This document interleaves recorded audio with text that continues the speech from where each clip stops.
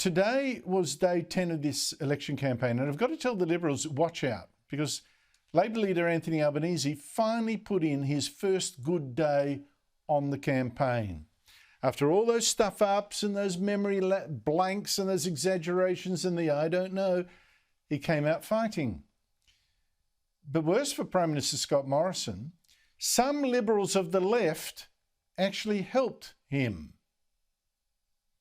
And if Albanese can now avoid more mistakes, and if he performs well in tomorrow's debate, that is so crucial, the Liberals are back in real strife.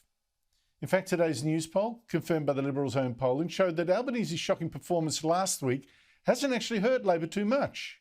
It kept its handy lead, 53% to the Coalition's 47% after preferences. Now, it's true Albanese's personal support did drop, but voters are still refusing to move to Morrison's government instead. In fact, both parties are now so on the nose that their primary votes combined have never been lower in an election campaign. 1/3 of voters say no to the both of them. Damn them all. That's, of course, terrible for Australia. And it suggests that whoever does win this election will still need to be propped up by independents or the Greens. There'll be paralysis. But a lead is a lead. And Albanese today seemed to have more confidence, more aggression. He was certainly back to answering lots of questions, not running away from the media. And for one, I thought he was better today, defining himself, better at sounding the underdog. Well, I've been underestimated my whole life. My whole life has been one whereby I haven't got a leg up. I've fought for everything that I've got. And for Labor, what was best of all, I think, was that Albanese was better in sounding optimistic while still attacking Morrison. Interesting contrast. He was standing today at a company that makes those charging stations for electric cars, and a fast one in 10 minutes to charge an electric car. When Morrison at the last election had claimed that that process would end your weekend. The same untruths that they put forward during the 2019 campaign. They said that electric vehicles would end the weekend. And we've seen the growth here, 28 up to 500 in terms of charging stations being produced at this factory right now. This is an example of the opportunity that is there from embracing the future, not being scared of it. Much more energy, as you could see, and Albanese today also came up with a line that I think you're going to hear more often, because it sums up what even Conservatives, well, especially Conservatives, they've been complaining about with Morrison and with Malcolm Turnbull before him. After almost a decade in office, no one can name what's the big legacy of this government.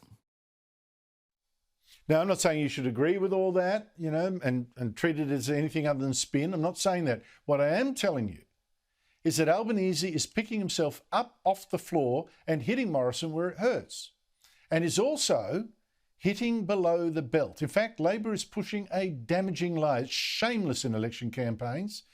A lie that the Liberals will put pensioners onto a debit card that will limit what things they could buy.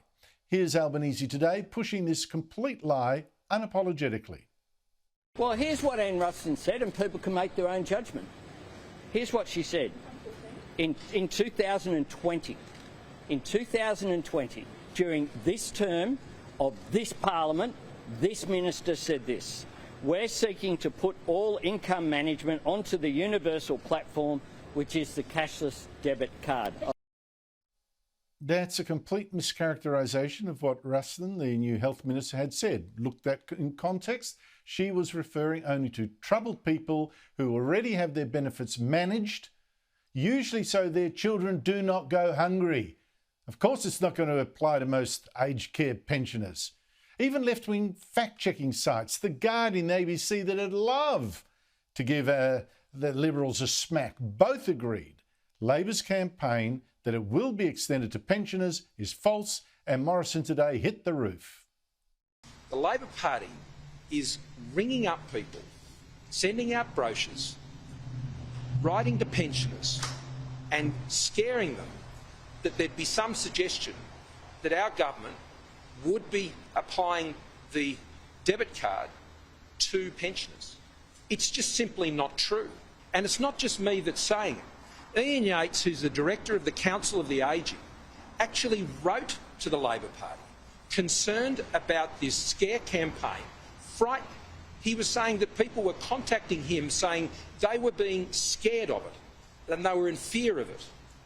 Here he is, the Labor Party, frightening older Australians over something that is a complete and utter lie. Seriously, no one lies like Labor. You remember the great Medicare scare? You know, the Liberals going to sell off Medicare. But all this wouldn't be so bad for Morrison if it wasn't for left-wing Liberals like, are you surprised, the New South Wales Treasurer, Matt Keane, doing Labor's work, helping Labor by actually campaigning against one of their own Liberal candidates. This is extraordinary. These left-wing Liberals, and let me add Trent Zimmerman to it, they're demanding Morrison sack Catherine Deves as the candidate in the marginal seat of Warringah in Sydney. They are furious that she's campaigned against having transgender girls and women, people born male, compete in sport against girls and women, despite their physical advantage. And she used, of course, strong language, too strong language in doing that.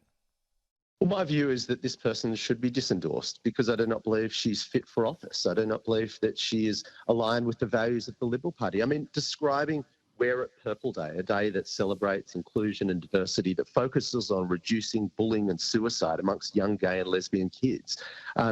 She described it as a grooming technique. She invoked the Nazis to attack trans people, comparing one case to the grudge trials of the Third Reich.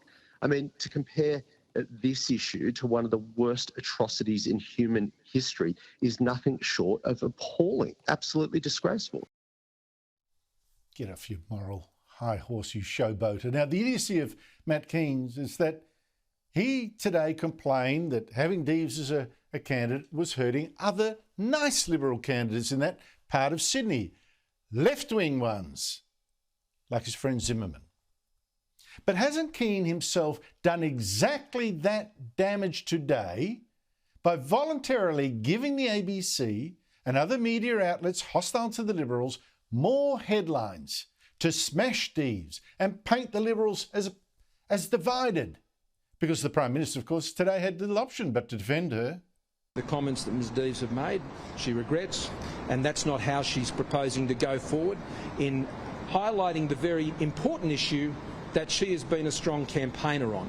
She is a woman standing up for women and girls and their access to fair sport in this country.